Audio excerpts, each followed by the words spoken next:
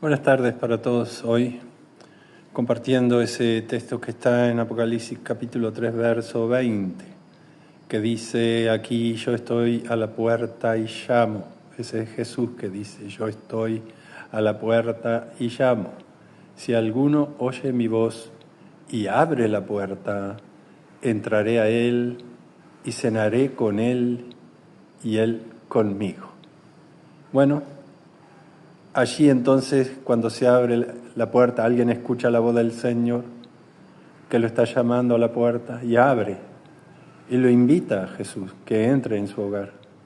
Qué bendición tan grande, ¿no? Y cenaré con él, dice. Bueno, en una cena hay comida, bebida, postres. Y interesante, ¿no? ¿Qué puede haber en la cena? ¿Qué comida tenemos en esa cena? ¿Qué postre? ¿Qué bebida? Y bueno, Jesús dijo de sí mismo que Él es el Cordero de Dios.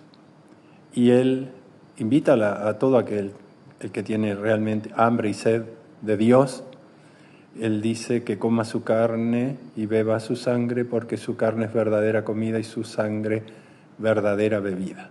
Esto los que practicamos la Santa Cena, ¿verdad? En las iglesias tenemos ese día especial en el cual toda la iglesia participa del pan, comiendo una parte de ese pan y bebiendo también un sorbo de vino, que simbolizan, porque no se convierten en el cuerpo ni en la sangre de Jesús, pero son todo un símbolo de su cuerpo que fue entregado por todos nosotros, que sabemos fue herido por nuestros pecados, molido, Él fue azotado, herido, fue clavado en la cruz y derramó su preciosa sangre. ¿Para qué? Para darnos vida a nosotros que estamos muertos en delitos y pecados. Él puso su vida preciosa, perfecta, santa por nosotros y derramó su sangre. Entonces nos anima, dice, a apropiarnos de ese sacrificio. Cuando uno come algo y bebe algo, eso llega a ser parte de sí mismo, de su vida, de su cuerpo, ¿verdad? Al asimilarlo y le da vida a través de eso, ¿no? Que es la alimentación. Entonces, en sentido figurado, tenemos que recibir a Jesús así y apropiarnos de la vida que Él nos imparte, que es su vida, que solo estaba en Él. En Él estaba la vida, dice la palabra, solamente en Él, porque el hombre creado a imagen y en semejanza de Dios había perdido la posibilidad de la vida eterna, de tener la vida de Dios en su interior, y por causa de la desobediencia se cortó esa vida. Tenía vida física, biológica, pero fue envejeciendo y yendo hacia la tumba, como sabemos que es todo un proceso desde el nacimiento hasta la muerte. Eso entonces introdujo el pecado y la desobediencia. Pero la obediencia de Jesús y la justicia, la perfección de Jesús, su sacrificio perfecto allá en la cruz, hizo posible, nos puso al alcance la posibilidad que a través del arrepentimiento y el perdón de pecados pudiéramos participar de la vida de Dios, siendo engendrados de Dios, recibiendo una nueva vida, una nueva naturaleza, en fin. Entonces, en esa mesa hay comida, hay cordero y hay vino también simbolizado entonces en la sangre de Jesús, la sangre del nuevo pacto que Dios hace con nosotros a través del sacrificio de Jesús, por el cual somos beneficiarios a través de ese nuevo pacto, de que las leyes de Dios se escriban en nuestro corazón, en nuestras mentes, que Dios no se va a acordar nunca más de los pecados cometidos. Y bueno, cuántos beneficios trae a nuestra vida la salud, aún salud física, renovación hasta llegar al día de la resurrección, como está escrito para aquellos que son pueblo e hijos de Dios. Así que, primera cosa que tenemos en la mesa del Señor es cordero. Y también tenemos vino, la sangre simbolizada entonces allí en el vino. En la Santa Cena nosotros recordamos todo esto y comemos literalmente el pan y bebemos vino. Y esto, de esto participamos todos los cristianos que celebramos esa Santa Cena. Y ese trozo de pan y ese trago de vino llega a ser parte de nuestro cuerpo. Es asimilado y forma parte de nosotros. Y hay bendición en la Santa Cena. Dice la palabra que hay, muchos beneficios cuando celebramos la Cena del Señor, confirmamos la unidad del cuerpo de Cristo entre los hermanos. Recibimos alimento espiritual, un refuerzo. También podemos ser sanados si hay enfermedad. Así que hay beneficios reales y verdaderos de participar de la mesa del Señor. ¿Qué otra cosa hay en la mesa del Señor? Bueno, hay agua también, una bebida fresca, limpia, incontaminada, ¿verdad? Que es esa agua viva. Jesús dijo, todos los sedientos, le dijo a todo el que tenga sed, venga a mí y beba. De su interior correrán ríos. ¿Qué volumen de agua va a correr? Ríos de agua viva. Cuando bebas de esa agua viva, que, el Espíritu Santo es también simbolizado con agua, con el agua. Y como dice de Israel, que todos bebieron la misma bebida espiritual. Y de la roca que los seguía, la cual es Cristo. Eso es es otro tema. Pero qué interesante que el Señor a todo un pueblo los alimentó con agua y en el desierto.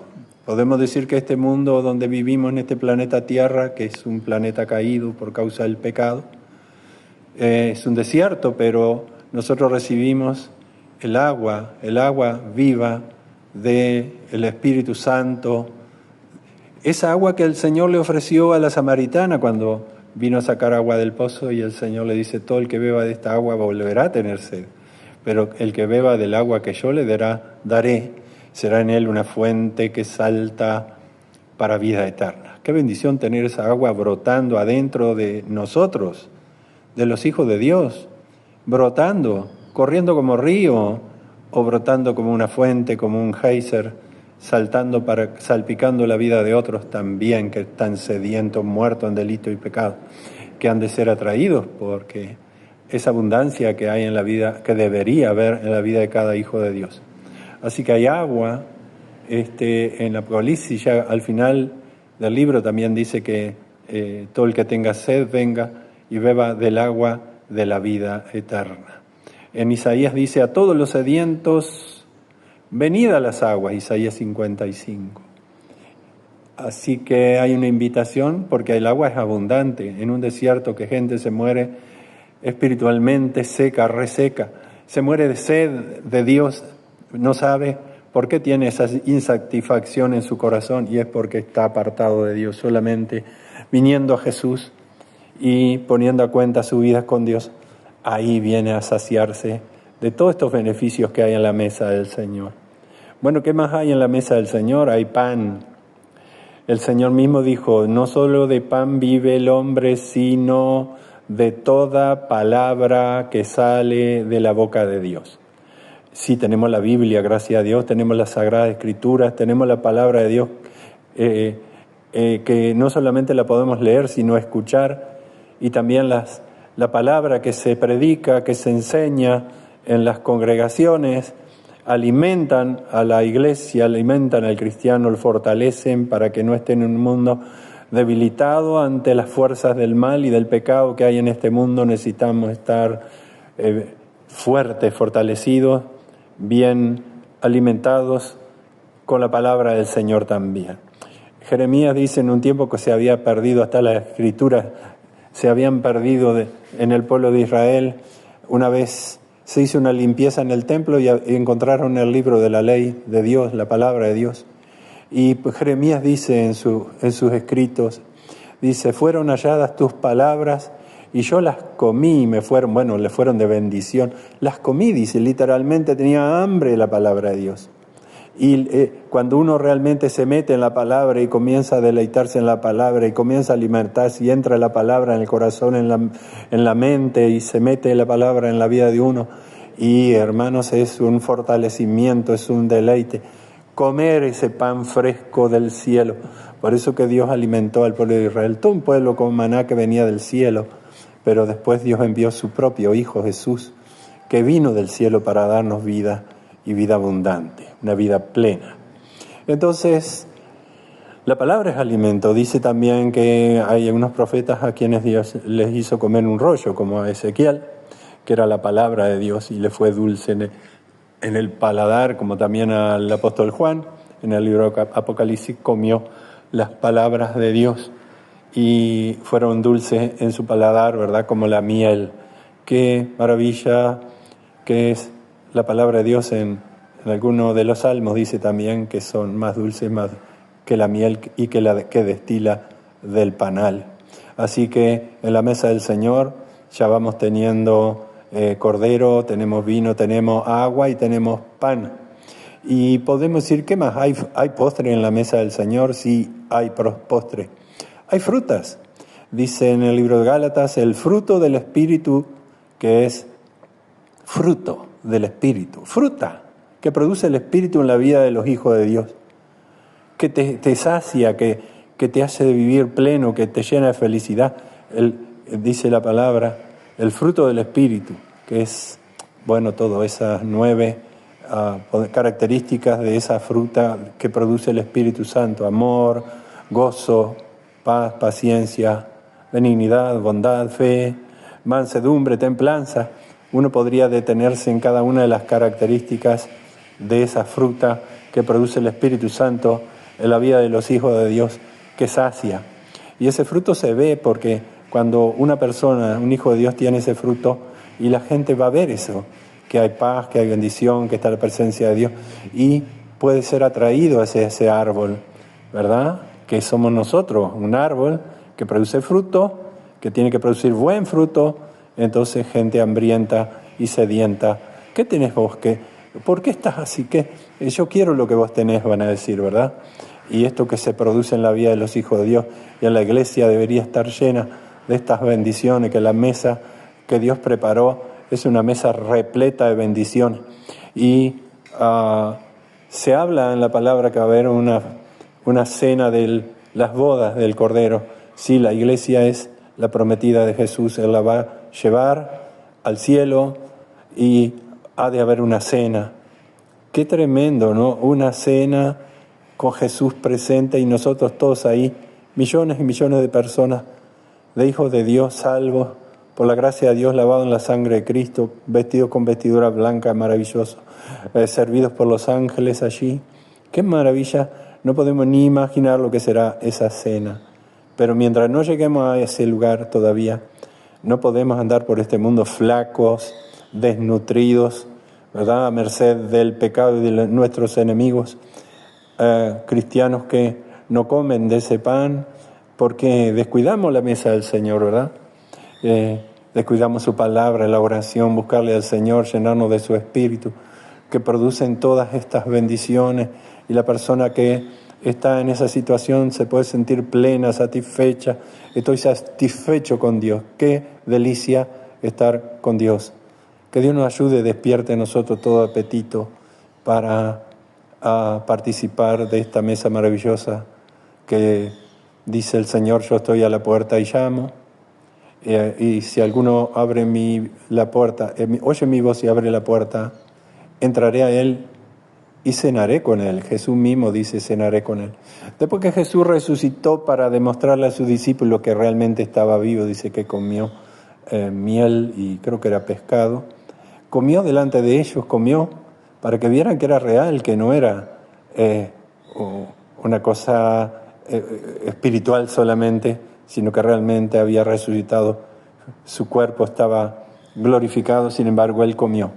Y Él va a estar allí en esa cena, donde vamos a comer y vamos a tomar bebida espiritual.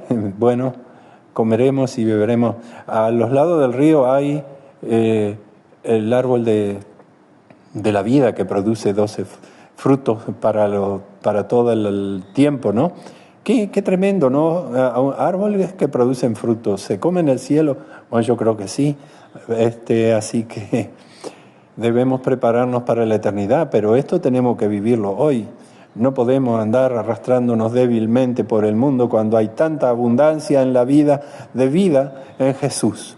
Que el Señor despierte en nosotros apetito por las cosas celestiales y que no estemos deshidratados habiendo tanta agua, tanta abundancia en la mesa de Dios.